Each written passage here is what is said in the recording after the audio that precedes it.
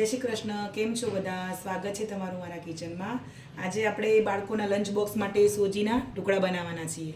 તો સોજીના ઢોકળા બનાવવા માટે મેં 1/3 કપ સોજી લીધી છે. દહીં, જો દહીં ના હોય, છાશ હોય તો બી ચાલે, થોડીક ખટાશ પડતી. મીઠું, લીલા મરચાં, એક લીલું મરચું લીધું છે કેમ કે બાળકો માટે બનાવવાનું છે. તમારે તીખું વધારે જોઈતું હોય તો તમે લઈ શકો. અને સોડા અને મિક્સિંગ બાઉલ. તો ચલો આપણે આપણું પ્રીમિક્સ બનાવીને રેડી કરી લઈશું. આપણે આમાં સોજી એડ કરી લીધી છે. હવે આપણે આમાં આપણું જે દહીં છે એ એડ કરીશું.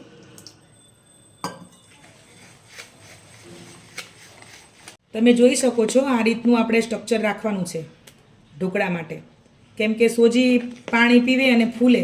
એટલે હવે આપણે આને 10 મિનિટ માટે રેસ્ટ કરશું. પછી આપણે જોઈશું, આપણને લાગશે ને કે કઠણ થઈ ગયું છે આપણું બેટર ફૂલીને, તો થોડીક આપણે છાશ કા પાણી એડ કરીશું. તમે જોઈ શકો છો આપણું બેટર ફૂલીને રેડી થઈ ગયું છે 10 મિનિટમાં.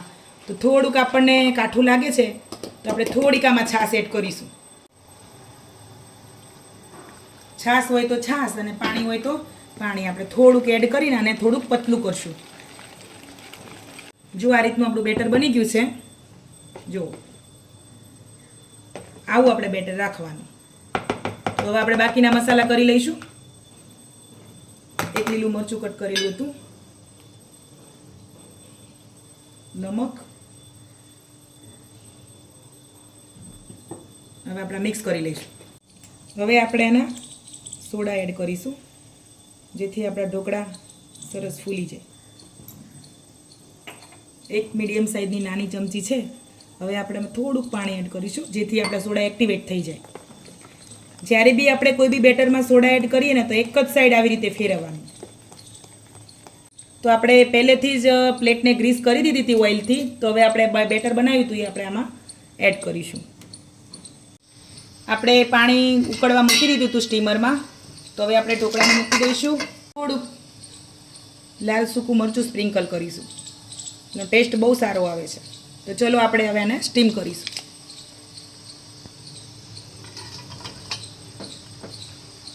આ 15 મિનિટ માટે આપણે હવે ઢાંકીને થવા દઈશું. તો આપણે આપણા ઢોકળા ચેક કરીએ, આપણા ઢોકળા થયા છે કે નહીં. 15 થી 17 મિનિટ થઈ ગઈ છે. જો આપણું ચપ્પુ બિલકુલ બગડતું નથી, એટલે આપણા ઢોકળા રેડી થઈ ગયા છે. હવે આપણે આને બહાર નીકાળી દઈશું. આપણે કાચું તેલ આની ઉપર સ્પ્રેડ કરી દઈશું આવી રીતે. આવી રીતે બ્રશ ફેરવી દેવાનું. તમારે આને વઘારવા હોય તો વઘારી બી શકો છો, પણ મારે છોકરાઓને વઘાર્યા કરતાં આવી રીતે વધારે ભાવે છે. આ સિંગ તેલ છે. આવી રીતે સરસ સ્પ્રેડ કરી દીધું છે. હવે આપણે આને કટ કરી લઈશું. આપણે હવે આને કટ કરી લઈશું.